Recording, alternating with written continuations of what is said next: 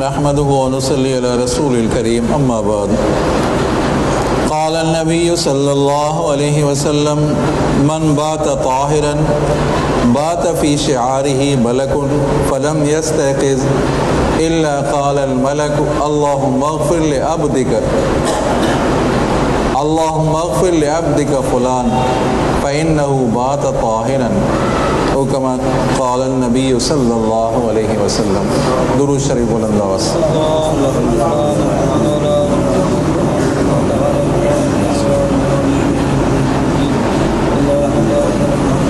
یہ حدیث مبارکہ ہے، اس کا ترجمہ آئے گا انشاءاللہ، تھوڑی سی تشریح بھی۔ اس سے پہلے حضرت ابو ہریرہ رضی اللہ عنہ کا واقعہ، حضرت جابر رضی اللہ تعالیٰ عنہ، حضرت انس بن مالک رضی اللہ تعالیٰ عنہ، تین صحابہ کرام کے واقعات آپ کے سامنے مختصر بیان کروں گا۔ حضرت ابو ہریرہ وہ صحابی ہیں جو سب سے زیادہ احادیث جس نے یاد کی۔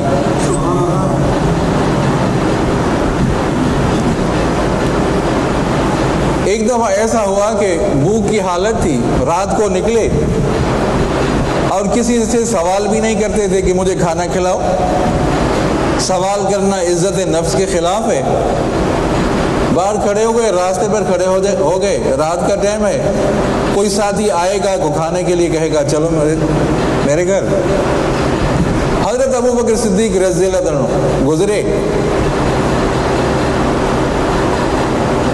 پوچھا ہی نہیں، ہو سکتا ہے اس طرف دھیان ہی نہ ہو، یا ہو سکتا ہے گھر میں کچھ بھی نہ ہو۔ حضرت عمر فاروق بھی گزرے، حضرت عمر فاروق نے بھی پوچھا بھی نہیں، سلام دعا ہوئی بس۔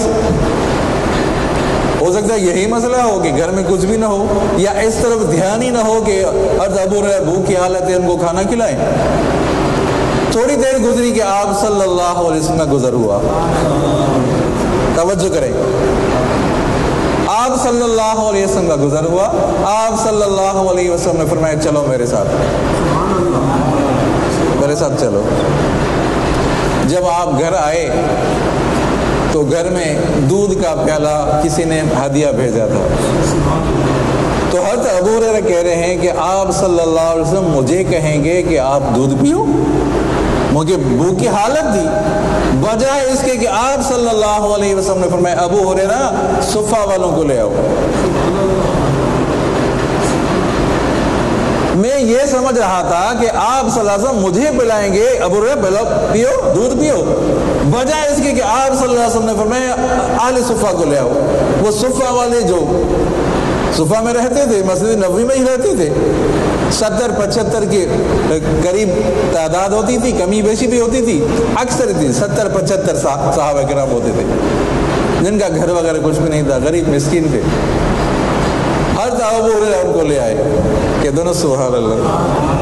آپ صلی اللہ علیہ وسلم نے فرمایا کہ ابو ہریرہ ان کو پلاؤ۔ کیا بات ہے عزیزو، حضرت ابو ہریرہ حکم تھا پلاؤ، حضرت ابو ہریرہ سب کو پلا رہے ہیں اور بار بار دیکھ رہے ہیں کہ پیالہ کم تو نہیں ہوا، دودھ کم تو نہیں ہوا۔ اللہ اکبر، سب کو پلایا، سارے ساتھی بھوج کر لیا، پیالے میں کمی نہیں آئی۔ جو پیالے میں کمی، آپ صلی اللہ علیہ وسلم نے فرمایا ابو ہریرہ اب تم پیو، پیا اور پیو، یا رسول اللہ ابھی دو، پیٹ بھر گیا۔ آخر میں آپ صلی اللہ علیہ وسلم میں جو بچا آپ صلی اللہ علیہ وسلم پی لیا۔ یہ حضرت ابو ہریرہ ہے۔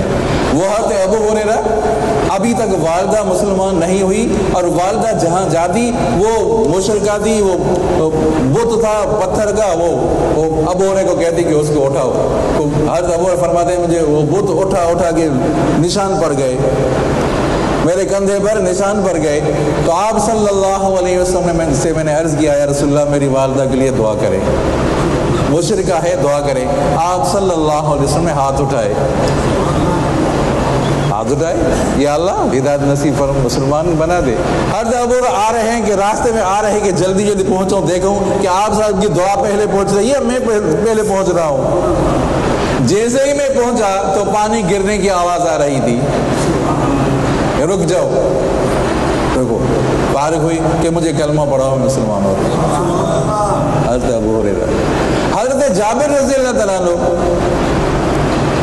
جنگ خندق کا موقع ہے، آپ صلی اللہ علیہ وسلم 10 ہاتھ دے دی، دشمن حملہ کرے گا، کھائی بنانی ہے مدینہ کے باہر۔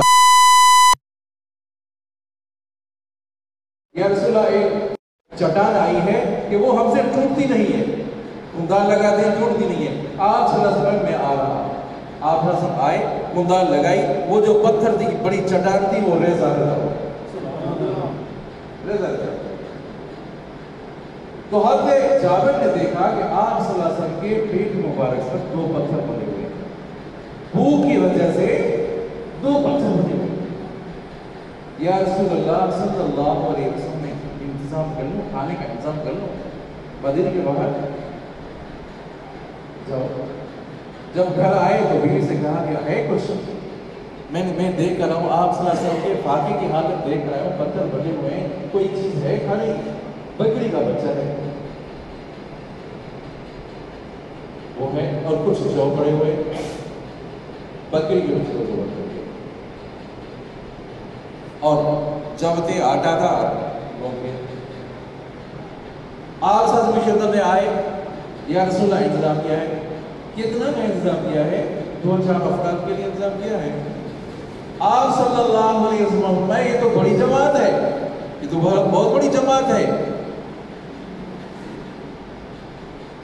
ایک کام کرنا کہ ہم سے پہلے ہمارے پہنچنے سے پہلے ہانڈی کو نہ اتارنا، آگ سے نہیں اتارنا، آٹا سمجھے نہیں، شروع کرنے سے پہلے، روٹیاں پکنے سے پہلے پہلے ہم پہنچے پھر شروع کرنا، ہم پہنچے پھر روٹی شروع کرو۔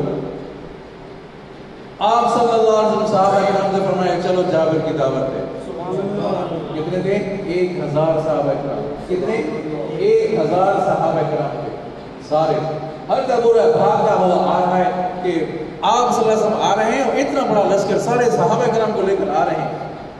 بیوی سے کہا، تو بیوی نے کہا کہ دیکھو تو نے بتایا تھا کہ ہم چند افراد کے لیے ہم نے کھانا تیار کیا ہے، تو میں نے بحث کیا چند افراد کے لیے، تو بیوی کہنے لگی اب نبی جانے تو اس کا کام ہے، اس کا کام ہے، بتایا تو ہے نا، کیا بتایا ہے، ابھی اس کا کام ہے۔ جیسے آپ صلی اللہ علیہ وسلم آئے، آپ نے اپنا لعاب مبارک پانی میں ڈالا، پھر آپ صلی اللہ علیہ وسلم لعاب آٹے میں ڈالا، سارے صحابہ کرام نے کھانا کھایا، پیٹ بھر لیا، پھر بھی بچا رہا۔ سبحان اللہ۔ حضرت انس بن مالک رضی اللہ عنہ وہ صحابی ہیں، اللہ اکبر، جو آپ صلی اللہ علیہ وسلم کی خدمت میں 10 سال رہے، 10 سال کے 10 سال رہے، 10 سال کے تھے۔ بی بی ام سلیم آئی، یا رسول اللہ اس کو خدمت میں قبول کر لیں، آپ صلی اللہ علیہ وسلم نے قبول کر لیا۔ حضرت انس کو فرما رہے ہیں کہ آپ صلی اللہ علیہ وسلم کی خدمت میں 10 سال رہا، کبھی آپ صلی اللہ علیہ وسلم نے یہ نہیں فرمایا یہ کام کیوں کیا ہے، کیوں نہیں کیا، یا دیر کیوں کر دی ہے، کبھی نہیں۔ اللہ اکبر، کیا خلق کیا تھا، خلق عظیم تھا، کیا تھا، خلق عظیم۔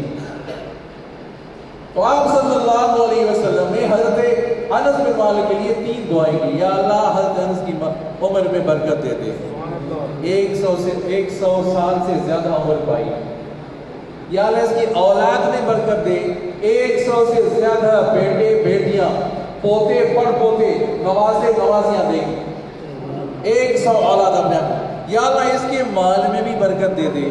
سب کا باپ کا سال میں 1 دفعہ، انس بن مالک کا جو باپ تھا سال میں 2 دفعہ کھجورے ہوتے۔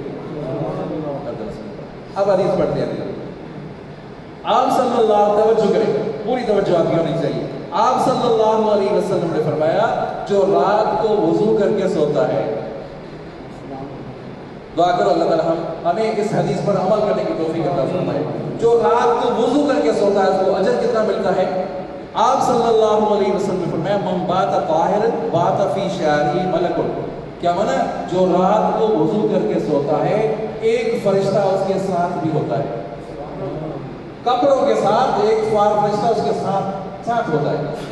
جیسے ہی وہ بیدار ہوتا ہے، سمجھا نہیں، فلم یستیقظ الا قال الملک، جب وہ سمجھا نہیں، جب جاگتا ہے، جب بیدار ہوتا ہے تو وہ فرشتہ اللہ تبارک و تعالیٰ سے دعا کرتا ہے، یا اللہ اس کے گناہوں کو معاف کر دے،